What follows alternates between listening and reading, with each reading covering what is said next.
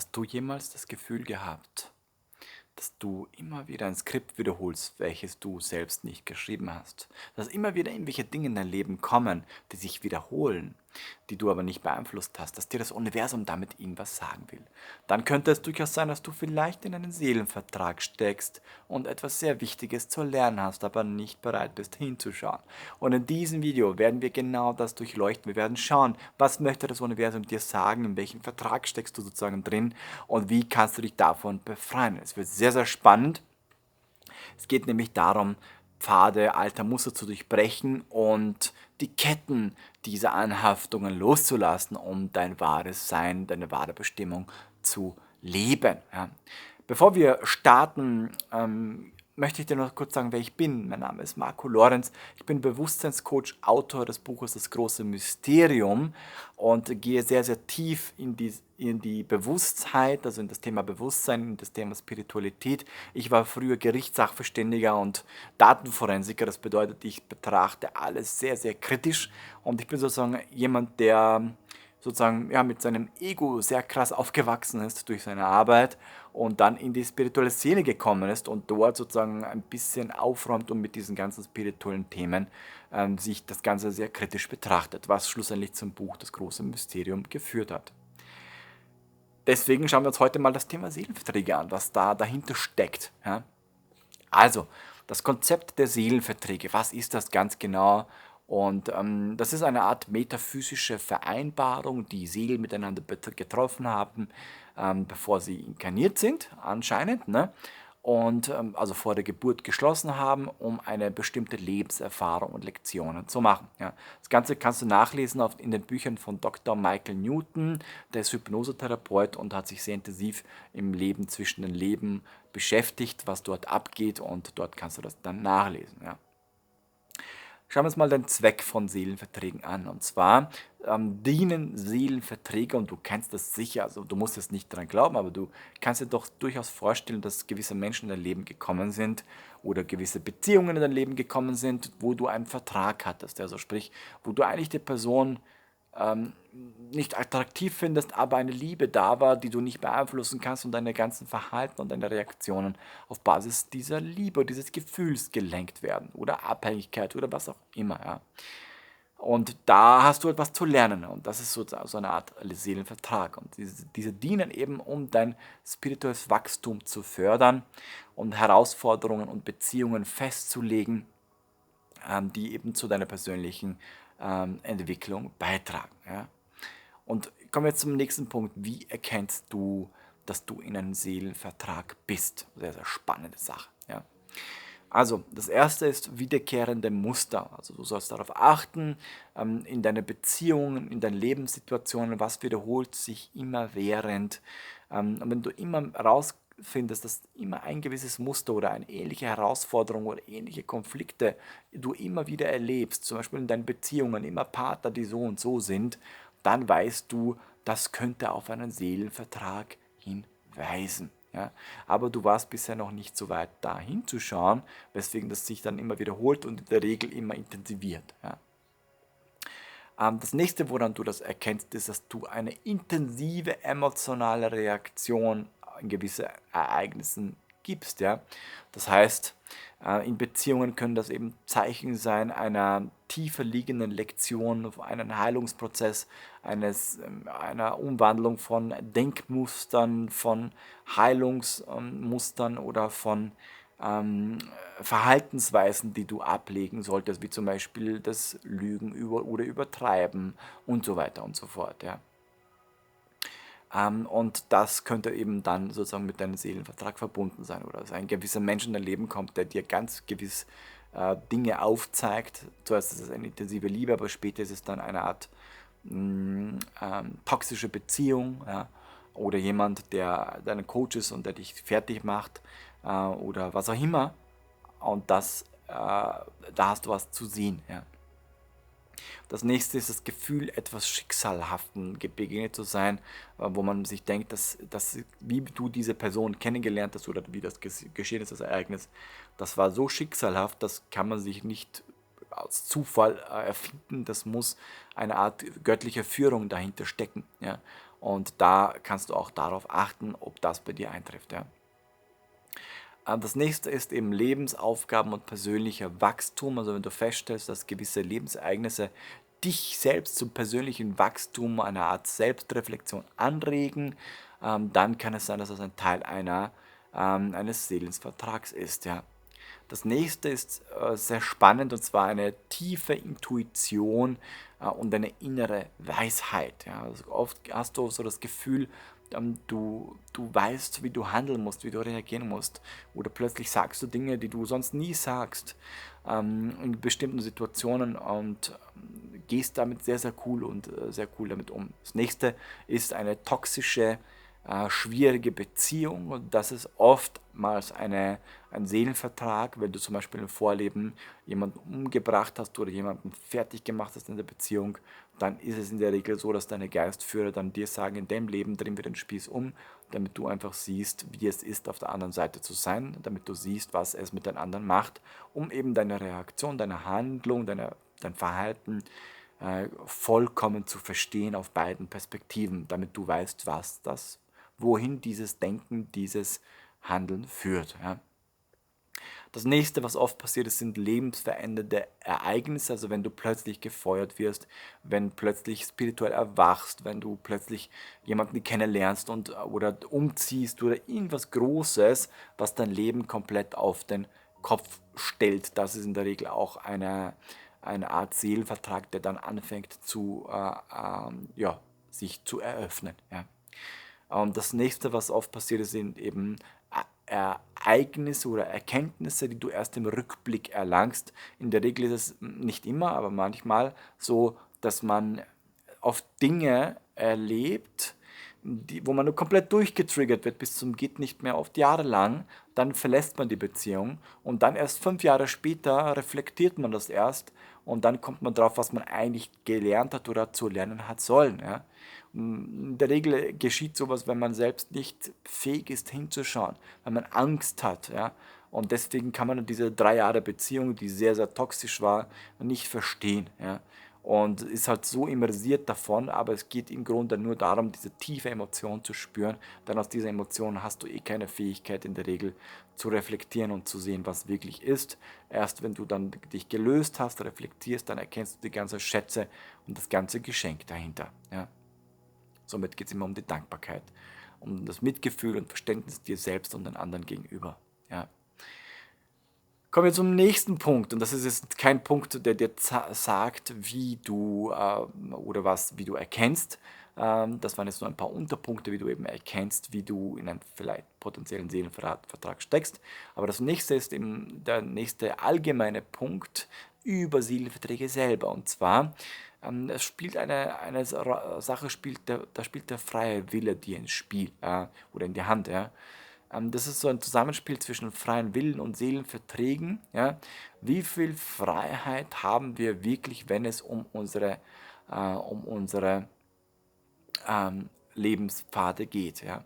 Und ich persönlich glaube, dass wenn du fix in einer Art Seelenvertrag steckst, dass du da keine Option hast, rauszukommen, weil das sind eben Dinge, und du kennst es sehr, sehr gut, kennst du vielleicht von dir selber, das sind Dinge, wo du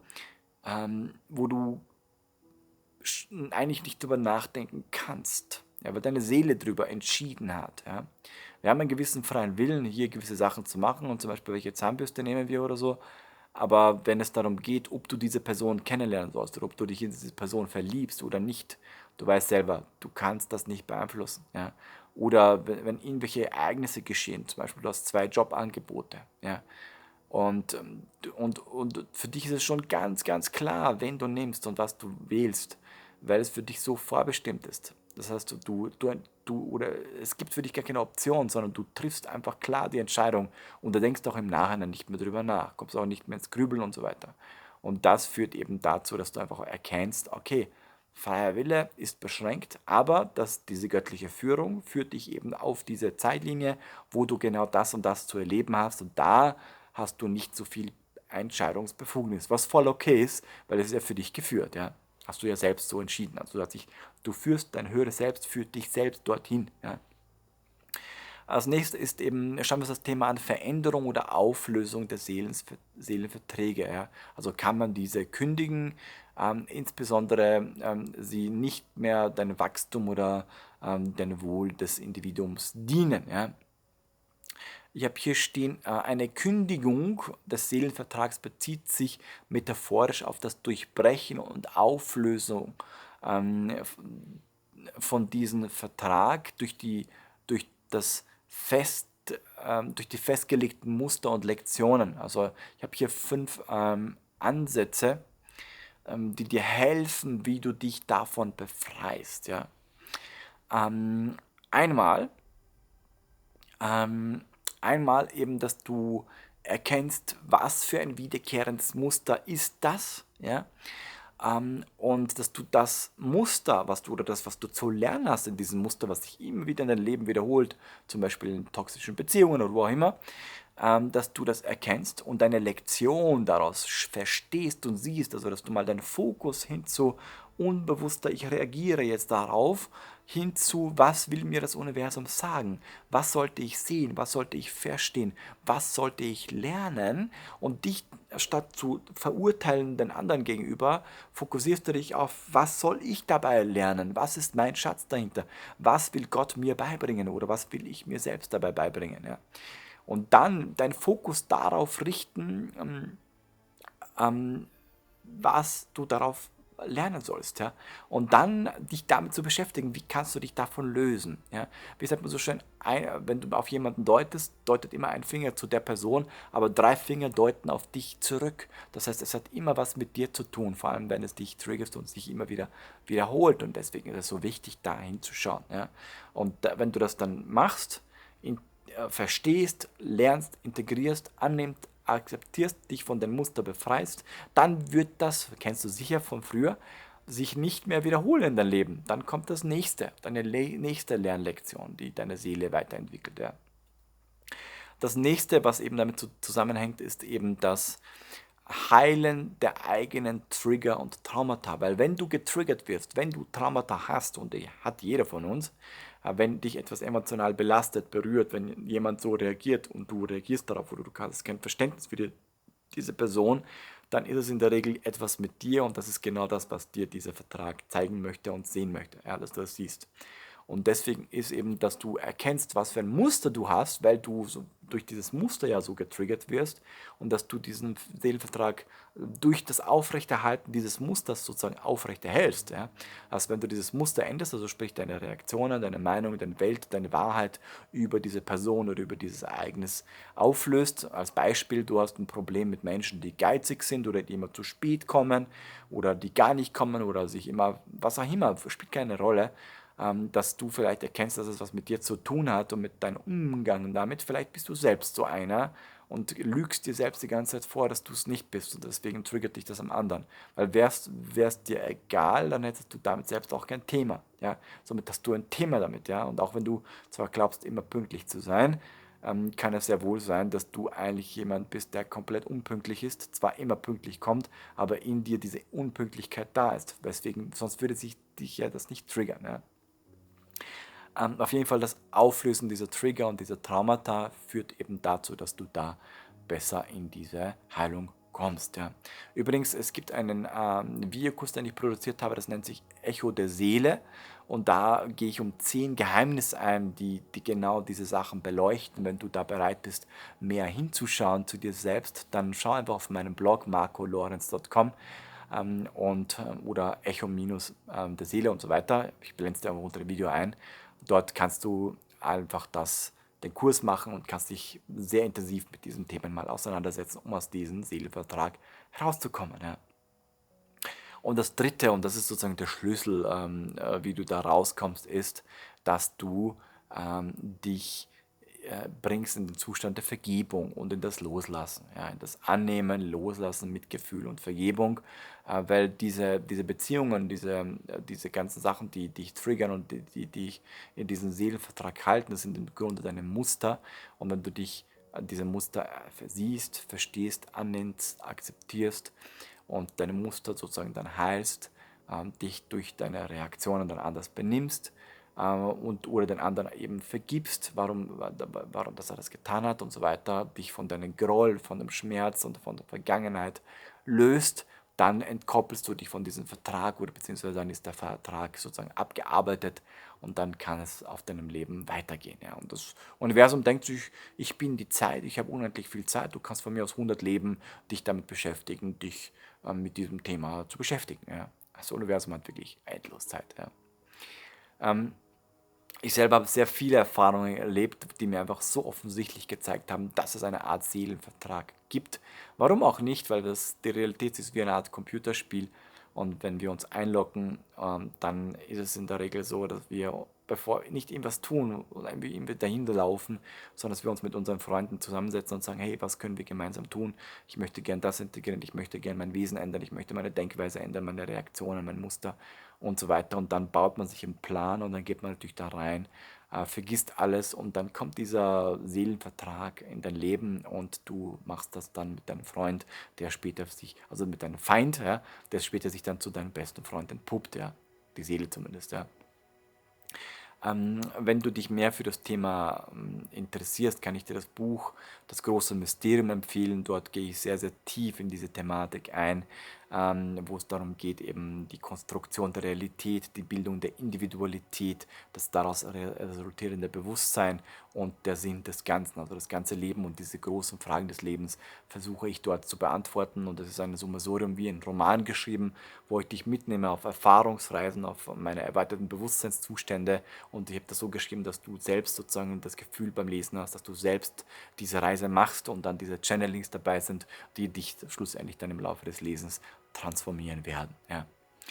Ähm, Schlussendlich solche Seelenverträge geben uns einfach Lektionen, Herausforderungen, wo wir einfach dadurch geprägt werden und unser Verhalten, unsere Denkweise, unser Denkmuster dadurch ändern. Und schlussendlich führt das immer zu Wachstum und zu Transformation, zu einer besseren Klarheit, wer wir sind, warum wir da sind und wie wir uns selbst sehen oder als was wir uns sehen. Und der Schlüssel ist, dass du das, wenn du das integriert hast, dass du das in dein Leben integrierst, ein Verständnis hast und eben nicht mehr in diese Verurteilung gehst, in die Beschuldigung, in die Schuldzuweisung, sondern in die Annahme des anderen und Akzeptanz des anderen. Und das ist das, was dich schlussendlich dann frei macht. Ja. Ich hoffe, ich konnte dir mit diesem Video helfen und falls du das Gefühl hattest in deinem Leben, dass du mal in einen Seelenvertrag steckst, dann schreibst mir unten in den Kommentaren rein, was ist passiert. Das würde mich sehr, sehr interessieren und andere auch inspirieren. Vielen Dank fürs Liken, fürs Zusehen. Bist die beste Community der Welt und ich freue mich mega, dass wir gemeinsam diese Welt noch besser machen können, noch bewusster machen können. Deswegen nochmal vielen Dank fürs Liken, fürs Kommentieren, für den Algorithmus und für das Teilen der Videos an deine Freunde. Also bis bald. Tschüss.